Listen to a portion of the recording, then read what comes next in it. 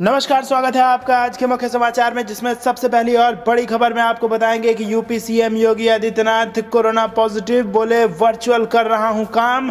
दूसरी बड़ी खबर में जिक्र होगा कि यूपी के कानून मंत्री ब्रजेश पाठक के लेटर पर मचा घमासान, विपक्ष ने योगी सरकार को घेरा। और तीसरी बड़ी खबर में जिक्र बिहार का, जहां पर कोरोना संकट गहराया। आज और कल क्या क्या चीजें बंद होगी, ये सारी चीजें आपको बताएंगे दोस्तों। लेकिन उससे पहले आप अभी इस वीडियो को लाइक कीजिए और इस लाल बटन को दबा के चैनल को फ्री में सब्सक्राइब करके घंटी बजा कमेंट में लिखिए जय हिंद। दोस्तों, रुक करते हैं तमाम बड़ी खबरों की तरफ।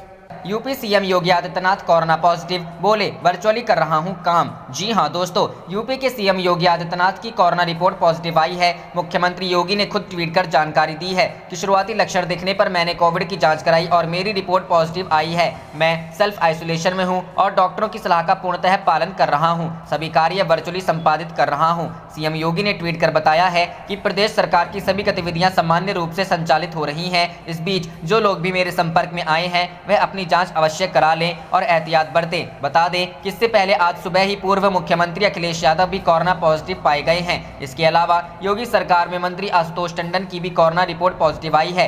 कल से ही आइसोलेट है सीएम। मुख्यमंत्री योगी आदित्यनाथ ने खुद को मंगलवार से ही आइसोलेट कर लिया था। वे अपना सारा कामकाज अपने आवास से वर्चुअली कर रहे थे। कोरोना स्थिति पर रोजाना होने वाली टीम 11 की बैठक उन्होंने मंगलवार वर्चुअली ही संबोधित किया था। मुख्यमंत्री ने मंगलवार को ट्वीट करके बताया था कि उनके कार्यालय के कुछ अधिकारी कोरोना से संक्रमित हुए हैं। यह अधिकारी उनके संपर्क में रहे हैं, अतः उन्होंने एहतियातन अपने को आइसोलेट कर वर्चुअली कर रहे हैं। आज सीएम की रिपोर्ट भी पॉजिटिव आ गई है। रुख करते हैं अगली खबर की तरफ। यूपी के कानून मंत्री ब्रजेश पाठक के लेटर पर घमासान, विपक्ष ने योगी सरकार को घेरा। जी हां दोस्तों, कानून मंत्री ब्रजेश पाठक के स्वास्थ्य महकमे को लिखे पत्र को लेकर विपक्ष हमलावर हो गया है।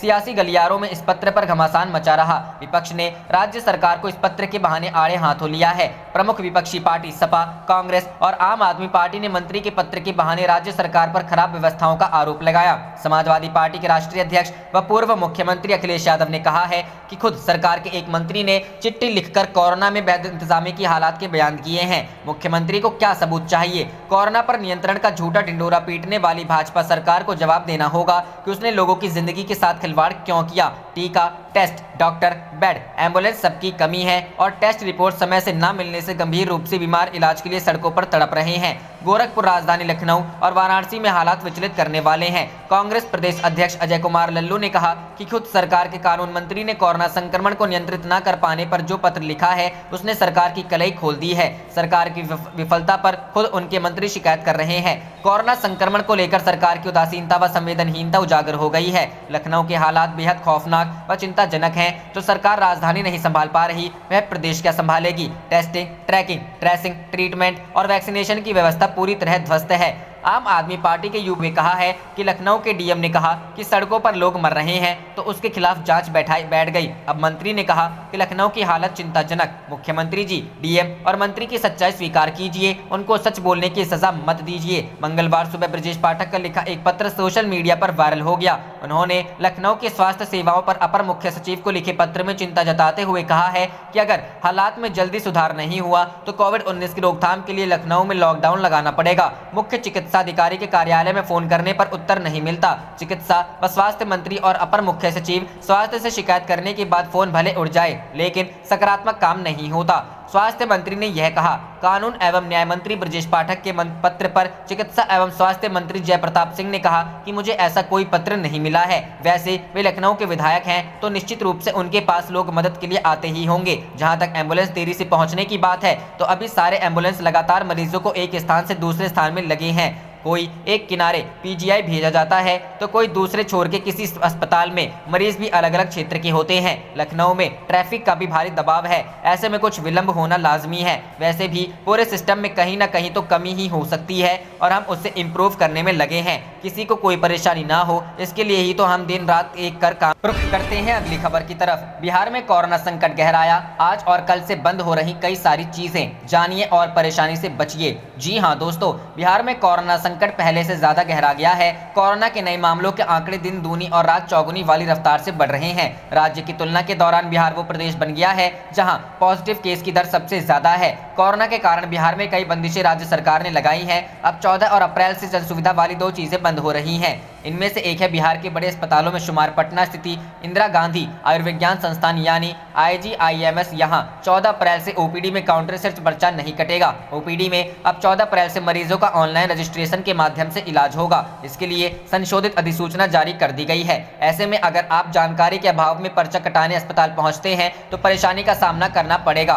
14 से रजिस्ट्रेशन काउंटर से मरीजों का पर्ची नहीं कटेगा। दरअसल कोरोना के बढ़ते मामले को देखते हुए संस्थान प्रशासन ने 12 अप्रैल से OPD में ऑनलाइन रजिस्ट्रेशन के माध्यम से इलाज करने का निर्णय लिया था, लेकिन सोमवार को सर्वर ठप्प होने के कारण मरीजों का ऑनलाइन रजिस्ट्रेशन नहीं हो पाया। मजबूरन पुराने नियम के अनुसार ही काउंटर से रजिस्ट्रेशन करा के इलाज किया गया। इतना ही नहीं, संस्थान ने निर्णय लिया है कि आने वाले समय में मरीजों की सुविधा के लिए ऑनलाइन रजिस्ट्रेशन की सुविधा दी जाएगी ताकि लाइनों में घंटों खड़े नहीं होना पड़े। ऐसे में मरीजों को जहां परेशानियों से निजात मिलेगी, वहीं दूसरी ओर डॉक्टरों को भी इलाज करने में सुविधा मिलेगी। करते हैं अगली खबर की तरफ। फिर किसान आंदोलन पकड़ेगा जोर, अब इस तरह दिल्ली को घेरेंगे आंदोलनकारी। जी हां दोस्तों, कुछ समय तक शांत रहने के बाद एक बार फिर किसान आंदोलन की सुगबुगाहट होने लगी है। अब किसान नई रणनीति के तहत राजधानी दिल्ली कूच करने की तैयारी में है। किसान महापंचायत के राष्ट्रीय अध्यक्ष रामपाल जाट ने बताया कि किसानों के लिए न्यूनतम समर्थन मूल्य को गारंटीड कानून बनाने को लेकर आगामी 1 मई से नई दिल्ली के जंतर मंतर पर अनिश्चितकालीन सत्याग्रह शुरू किया जाएगा।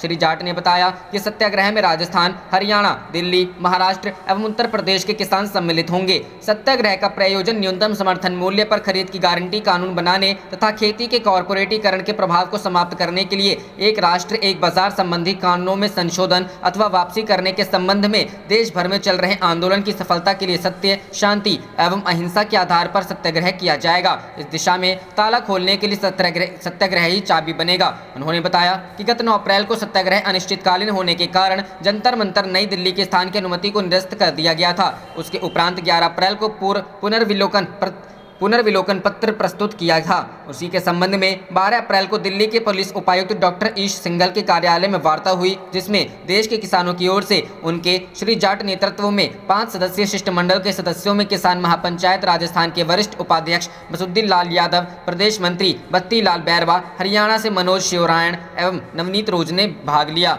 वार्ता के बाद डॉक्टर सिंघल की ओर से अनिश्चितकालीन सत्याग्रह की अनुमति पर विचार कर दिल्ली प्रवेश द्वारा कोविड-19 की मार्गदर्शिका की अवधि समाप्त होने पर अनिश्चितकालीन सत्याग्रह आयोजन की अनुमति प्रदान कर दी गई। रुख करते हैं अगली खबर की तरफ। बंगाल हाईकोर्ट का जिलाधिकारियों को निर्देश, रैलियों पर रखे नजर, जरूरत हो तो लगाएं धारा 144। जी हां दोस्तों, पश्चिम बंगाल में हो रहे विधानसभा चुनाव के बीच राज्य में राजनीतिक दलों की रैलियों का दौर जारी है। बंगाल में रैलियों के दौरान कोरोना वायरस को लेकर जारी दिशा निर्देशों की जमकर धज्जियां उड़ाई जा रही हैं। ऐसे में कलकत्ता हाईकोर्ट ने सख्त रुख अख्तियार किया है। कोर्ट ने जिलाधिकारियों से राजनीतिक कार्यक्रम में कोरोना की स्थिति पर नजर रखने को कहा है। कोर्ट ने साथ ही यह भी निर्देश दिए हैं कि कोरोना की स्थिति जांचने के लिए अगर उन्हें उचित लगे तो सोशल डिस्टेंसिंग का पालन कराने के लिए धारा 144 भी लागू कर दें। कोर्ट ने यह कहा कि बंगाल के सभी जिलों में चुनावी कार्यक्रम के दौरान कोरोना के नियमों का सख्ती से पालन कराने की जिम्मेदारी जिलाधिकारी और चुनाव अधिकारियों की है। चुनाव के दौरान चुनाव आयोग की तरफ से जारी दिशा निर्देशों का सख्ती से पालन किया जाना चाहिए।